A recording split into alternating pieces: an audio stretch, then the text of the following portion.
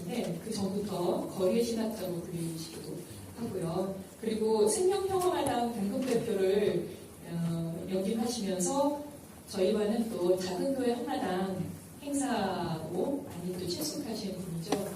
오늘 말씀을 전해주실 텐데요. 오늘 제목은 역지사지의 신비, 호모 엠파티피쿠스가 되리라. 맞죠? 라는 제목으로 말씀 전해주시겠습니다.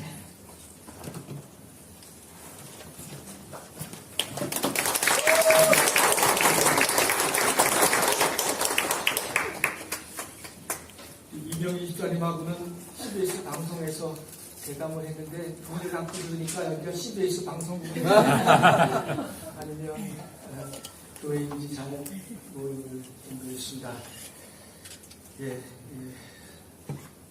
작년에 한번 뵀는데 그때는 설교 끝나고 뭐 질문한다는 말도 안 해주셨거든요. 그래서 설교 끝나자마자 바로 손 들고 질문하시니까 얼마나 당황을 했는지 오늘은 마음 단단히 먹고 마음껏 질문해 주십시오. 새맘교회 널리 알려져 있고 또 평소 같이 활동하고 계시는 박종선 장로님도 계시고 그래서 오늘 저는 저랑 같이 사는 이은선 선생님하고 같이 예배를 드렸습니다. 나중에 같이 인사하시면 좋겠네요. 어느덧 한 해의 끝자락 12월이 되었습니다. 좀 마음이 헛헛한 부분도 있으시죠? 힘차게 이런 생각이 듭니다. 힘차게 달려와서 산 정상에 올라서서 내가 걸어왔던 그 골짜기들을 이렇게 가까이 느끼면서 살펴보는 아마 그러한 심정이 이 12월을 맞는 그런 마음이 아닐까 싶습니다.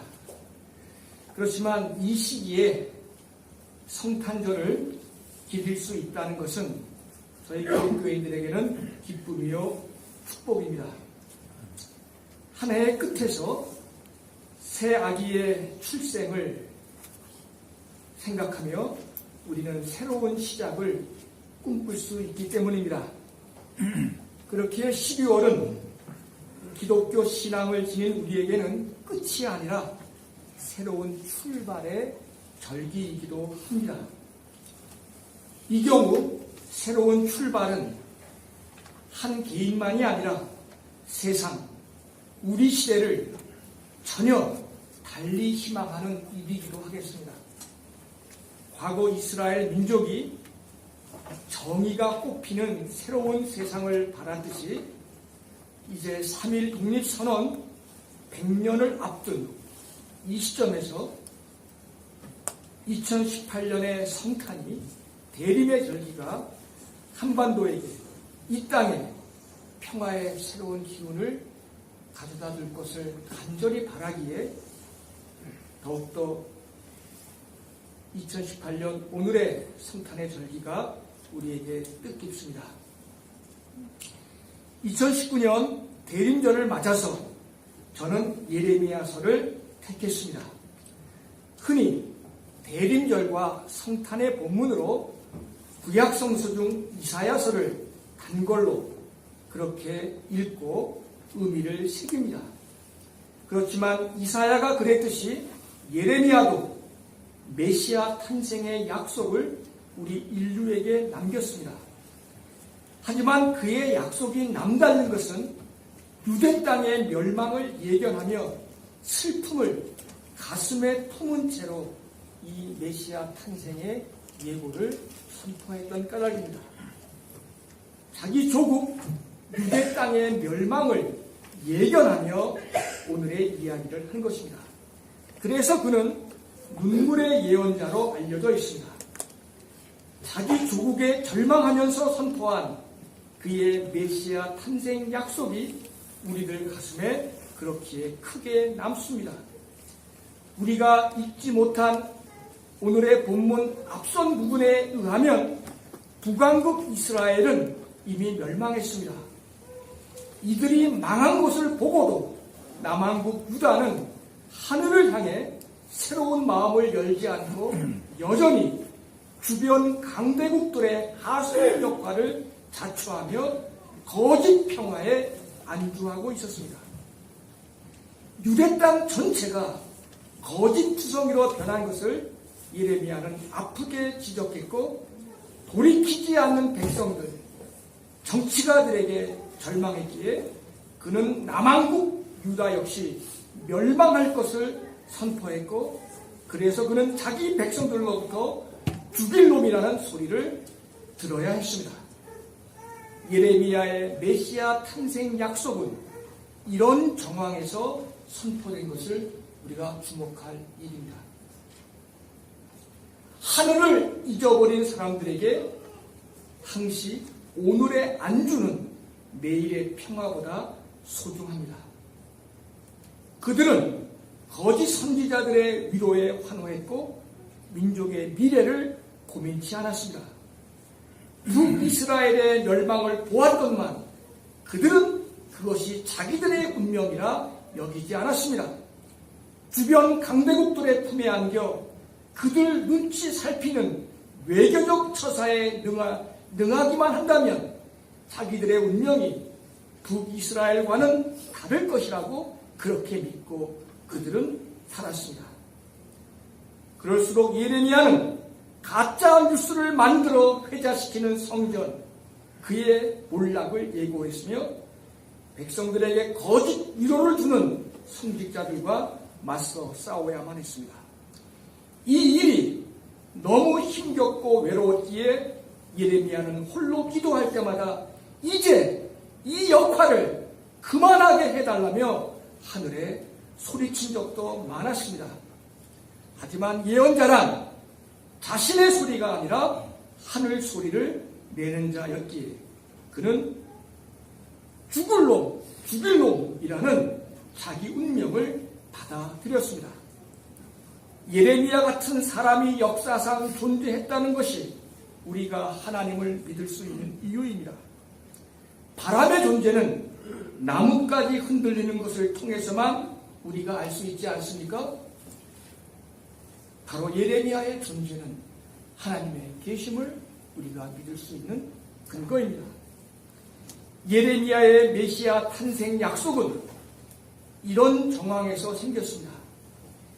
지금이 좋은 사람들은, 현재가 좋은 사람들은 예나 지금이나 미래가 필요치 않습니다. 지금이 내세까지 이어지길 바라며 처치맨으로 살면 그뿐입니다. 이것이 당시 사람들 속에 내재된 뿌리 깊은 악이었습니다. 그렇기에 예언자는 당시 사람들의 지금을 흔들었습니다. 종교와 정치가 짜고리로 거짓 삶을 지속시키는 것을 용납치 않았습니다. 그들의 지금을, 그들이 좋다 하는 지금을 황폐하다 말했으며, 그리고 하늘이 새로운 미래를 선물할 것이라고 그들에게 가르쳤습니다. 이것이 예레미야의 약속이자 성탄의 예고였습니다. 오늘 본문에 따르면 거짓된 지금을 사는 우리들의 죄책 고백과 평화의 왕이 도래한다는 이야기는 동전양면과도 같습니다. 거짓된 지금을 사는 우리들의 죄책 고백, 그것이 바로 평화의 왕이 도래하는 조건입니다. 메시아가 익은감 떨어지듯 도래하는 것이 아니란 말씀입니다. 그렇게 예레미야는 하늘을 향한 예배, 성전 제사보다도 인간의 돌이킴을, 여러분들 교회의 이름처럼 새 마음을 눈물로 호소했습니다. 예레미야의 약속 선포는 2019년을 맞는 이 땅의 현실을 그대로 비추는 거울이라 생각됩니다. 평화 기울이 넘쳐나는 오늘의 현실이지만 이 땅은 100년 전 서세 동경의 시기를 그대로 빼닮아 있습니다. 지금껏 우리는 원심력에 휘둘려 제대로 홀로 서는 국가가 되지 못했습니다. 저마다 북을 먹잇감 삼고자 미국과 중국 간의 치열한 싸움이 벌어지고 있습니다. 이런 현실에서 북이 핵으로 망하든 경제로 망하든 알 바 아니라 여기며 이곳 남쪽에서 자신들의 지금을 즐기는 이들이 적지 않습니다. 모두가 자신들의 안주 평안만을 관심하는 처치맨들이 이 땅의 교회를 가득 채우고 있습니다. 평당 37만원 땅이 370만원 되기를 기도하며 교회 생활을 하는 사람들입니다. 이런 사람들을 일컬어 우리는 졸부라 일컫습니다. 대형교회 성직자들은 이들을 축복했고 하늘이 이런 나라를 지킬 것이라 허튼 메시지를 전해왔습니다. 먹을 것, 잘 것 없어 사람들의 목숨이 헛되이 쓰러지는 곳곳의 현실에 마음을 쓰지 않으면서 말입니다. 결국 이들로 인해 남남 갈등이 한없이 깊어지고 있습니다. 이 땅에 만연된 어떤 갈등보다 계층 갈등이 단연코 우세합니다. 자본의 이익 확대를 위해 비정규직을 양산했고 가정에 있어야 할 어머니들을 일터로 내몰기까지 했습니다. 하지만 가난의 대물림이 그쳐지질 않습니다. 이들 졸부들을 배경 삼아 분단 체제에 편승했던 정치인들이 우리 눈앞에 가득 차 있습니다. 가진 자들 편에 서서 그들을 대변했기에 이들은 하늘이 한반도에 준 평화의 기운조차 무익하게 만들고 있습니다. 의외의 인물 트럼프의 등장으로 분단 체제가 허물어질 듯 하니 이제는 경제를 앞세워 민심을 양분시키고 있습니다. 평화체제 이행의 길이 아직도 험난한데 뉴스는 온통 정적 죽이는 기사로 도배되고 있습니다. 진실을 밝혀야 할 언론 역시 6천억을 60조로 둔갑시킨 분식회계 사건을 덮고자 혈안입니다. 이처럼 영혼을 빼앗긴 졸부들의 문화, 자신들 정치 생명을 우선시하는 소탐대실의 정치인들, 자신들 밥벌이를 위해 진실을 덮은 언론들, 그들을 축복하는 거짓 선지자들, 이들 탓에 이 땅은 예레미야 당시처럼 황폐해졌습니다. 이토록 땅이 폐허되고 있음에도 걱정하는 사람이 적으니 걱정입니다. 이런 걱정조차 색깔을 덧입혀 불온시하니 3.1 선언 100년 되는 시점을 맞기가 두렵습니다. 그럼에도 2019년 성탄을 맞이하며 3.1 선언 100주년의 해를 우리는 기다립니다.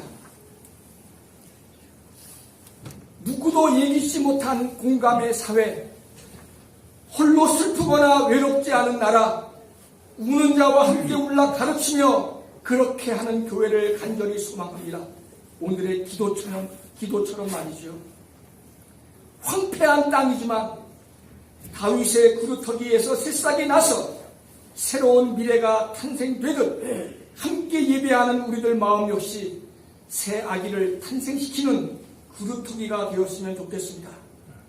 오늘 성서는 말라 비틀어진 나무 밑둥에서 새싹이 돋듯이 황폐한 인간 세상에 한 아기가 탄생할 것을, 한 싹이 탄생할 것을, 그래서 전혀 다른 세상을 만들 것이라 예언합니다. 오늘 저는 이 예언을 교리적 차원을 넘어 이런 약속을 선포할 만큼 강팍했던 시대를 헤아리며 그 약속이 지닌 오늘의 의미를 생각해 보고 싶습니다. 무엇보다 2019년을 눈앞에 둔 시점에서 제게 성탄은 역지사지의 신비를 가르치고 있습니다. 약속이 성취되려면 단단해진 인간 마음이 풀어져야 한다고 예레미야는 가르쳤습니다. 자기만 생각하고 자기의 지금만 중시하는 돌덩이 같은 마음을 풀라고 했습니다. 이를 위해서 하나님은 종전과는 전혀 다른 방식으로 우리 인간들을 가르치고 이끌고자 했습니다. 급기야 종전과는 전혀 달리 그가 인간의 몸을 입고 스스로 세상 속에 오겠다고 약속한 것입니다. 스스로 사람 몸 되어 사람처럼 살면서 사람을 사랑하고 그들을 품겠다고 한 것입니다. 인간 되어 인간의 방식으로 그들의 굳은 마음을 온전히 풀어내고자 하셨습니다. 인간에게 믿음을 요구한 것이 아니라 그들의 굳은 마음을 온전히 풀고자 스스로가 사람 되는 방식으로 사랑의 길을 보여주었습니다. 사랑이 있기에 믿음도 있습니다.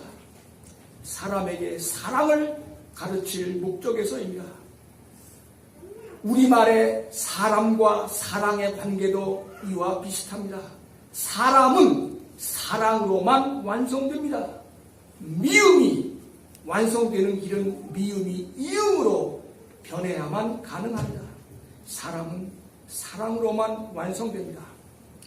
신이 인간 되어 우리를 굳은 마음을 녹였다면 그것이 바로 성탄의 신비라면 우리 역시 저마다 다른 삶을 선택하고 지향해야 마땅합니다.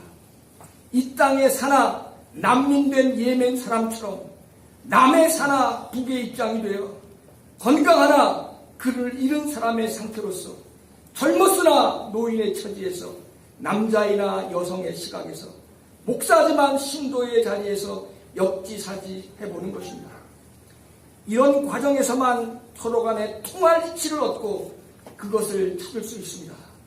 비록 피리를 불어도 춤추지 않고 슬픔을 슬픔으로 느끼지 못하는 황폐함이 우리들의 일상이겠으나 우리 마음이 사막처럼 죽은 땅이 되어버렸지만 성탄은 우리에게 역지사지의 마음을 회복시킵니다. 인간 몸을 입은 하나님이야말로 정신적 황폐함을 구원할 주체가 되었습니다. 그것이 바로 한 아기가 역사 속에서 새롭게 태어났다는 의미이겠습니다. 그래서 호모 엠파티피쿠스, 공감하는 인간이라는 말이 회자됩니다. 인간을 정의하는 여러 개념들이 있겠으나 이 시대를 위해 필요한 인간상을 저는 이 말에서 찾고자 합니다. 우리가 성탄을 기다리는 것은 이런 사람이 되겠다고 다짐하는 일과 다르지 않을 겁니다. 이것이 바로 예레미야가 깨끗한 마음을 회복하라고 새 마음을 가지라고 외쳤던 이유이겠습니다. 사도 바울은 다메섹 체험 이후에 이런 공감의 사람이 되었습니다. 혹자는 다메섹 사건을 바울의 부활 체험이라고 하나 제겐 그에게 있어서 새 아기가 탄생한 사건처럼 보이기도 합니다. 그의 마음밭 구루터기처럼 비틀어진 그곳에서 새싹이 돌아났기 때문입니다. 그래서 그의 부활 체험은 성탄 사건과 다를 수 없습니다. 아시는 대로 바울은 자신의 지금에 안주했던 참 모든 것을 가진 자였습니다. 당대의 특권을 모두 지닌 자였던 것이죠. 헬라의 지혜를 가졌습니다. 로마의 시민권 법을 얻은 사람이었습니다. 유대의 율법을 가르치는 종교인이었으니 그야말로 세상 부러울 것 없는 사람이었습니다. 자신만의 잣대를 갖고 세상을 쥐락펴락했던 바울, 그의 눈에는 예수 믿는 무지렁이들이 들어올 리가 만무했습니다. 자기 동족인 유태인들이 예수를 믿는 것에 몹시 자존심 상해하던 그였습니다. 그런 그에게 다메섹 체험이 생겼습니다. 이것을 철학자들은 사건이라고 부르고 우리는 계시라고 합니다. 불교인들은 각이라고 깨달음이라고 할지도 모르겠습니다. 누구는 이를 부활체험이라 하나 저는 이것을 새 아기의 탄생이라고 A child is newly born, 새 아기의 탄생이라고 부르고 싶습니다. 무엇이 되었던 어느 것이 되었던 그의 삶에는 이전과 이후가 명백히 나뉘어졌습니다. 일체의 특권을 버렸습니다. 하나님의 의가 나타나서 자신이 가졌던 모든 것을 무용지물로 만들었다고 고백했습니다. 지금껏 자신이 지녔던 것은 세상 고통과 자기 자신을 단절시킨 감옥과도 같은 것이었다고 말했습니다. 자신의 기득권이 자신을 세상으로부터 고립시킨 도구였음을, 있는 그대로의 세상을 만나게 하지 못한 오히려 감옥이었음을 여실히 자각했습니다. 그래서 그는 누구에게 누구처럼 되는 삶을 택합니다. 가난한 자에게는 가난한 자가 되었고, 종에게는 종이 되었으며, 배운 자에게는 배운 자로서, 유태인에게는 유태의 방식으로, 부자에게는 당당한 부자의 마음으로 마주할 것을 우리에게 가르칩니다. 이런 삶을 일컬어 그는 그리스도 안의 존재라고 말했습니다.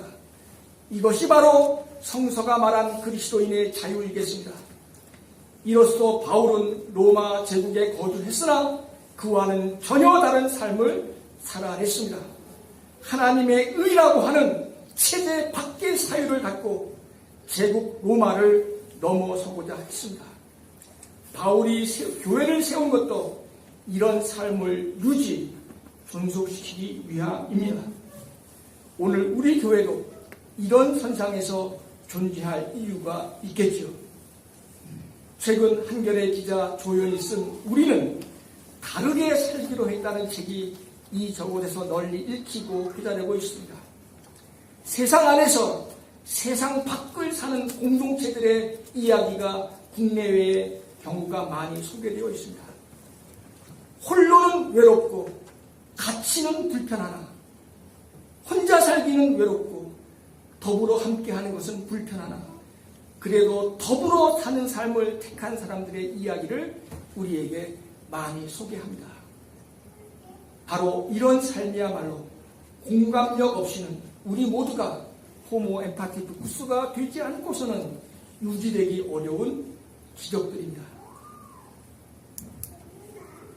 축의 시대란 책에서 저자 암스트롱은 BC 900년에서 200년 사이에 동시다발적으로 생겨난 종교들의 공통점으로 고통의 공감을 들었습니다.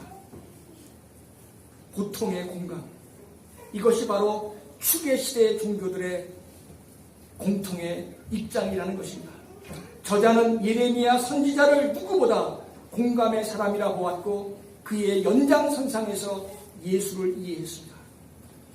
기독교인으로서 사는 우리가 대림의 절기에 예레미야서를 읽고 예수를 생각하며 바울까지 언급하는 것은 그렇기에 조금도 무리가 없을 것 같습니다.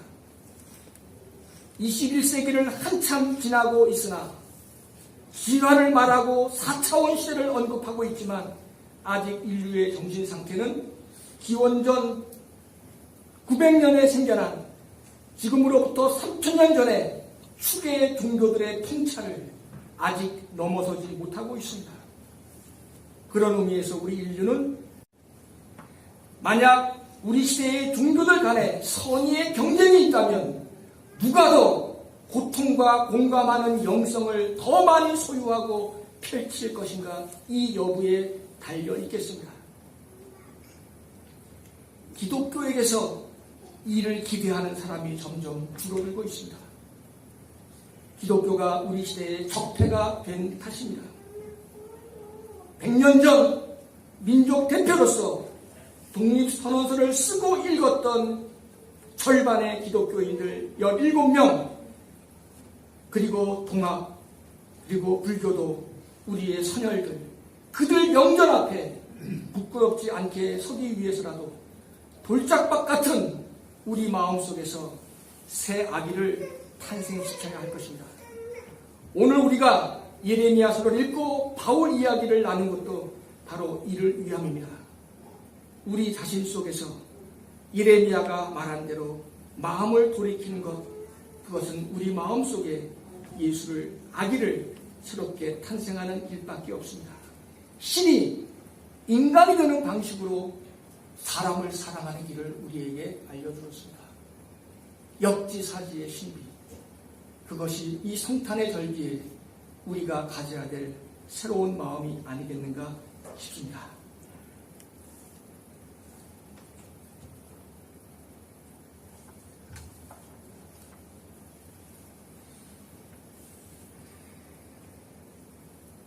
이제 질문을 기다려야 되는 건가요? 질문은 이따가.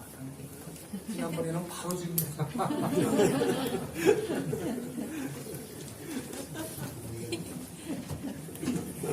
네, 말씀 감사합니다. 질문을 고려하고 계시는 줄. 네, 여러분의 여러 같은 질문 세례를 기대하겠습니다. 자, 함께 공동체를 위한 기도를 드릴 텐데요. 공동체를 위한 기도에 적혀 있는 네 가지를 우리 다 함께 읽고 잠시 묵상 기도를 드리겠습니다. 1번부터 시작해서 다 함께 읽어주시면 되겠습니다. 1. 쉬지 않고 발생하는 잔인한 청소년 폭력 사건들의 재발 방지를 위해 나라의 모든 힘을 모을 수 있도록. 2. 기득권 구조와 통과되지 못하고 있는 산림민이 지원 3법이 이 땅 아이들의 미래를 위해 통과될 수 있도록. 3. 사상처 이루어진 대법원의 일제 점검 기업의 배상 판결을 계기로 일제 잔재 청산이 이루어질 수 있도록. 4. 모두가 함께 하나님 나라와 의를 추구할 새 목사를 하나님께서 세워주시도록 함께 잠시 기도하시겠습니다.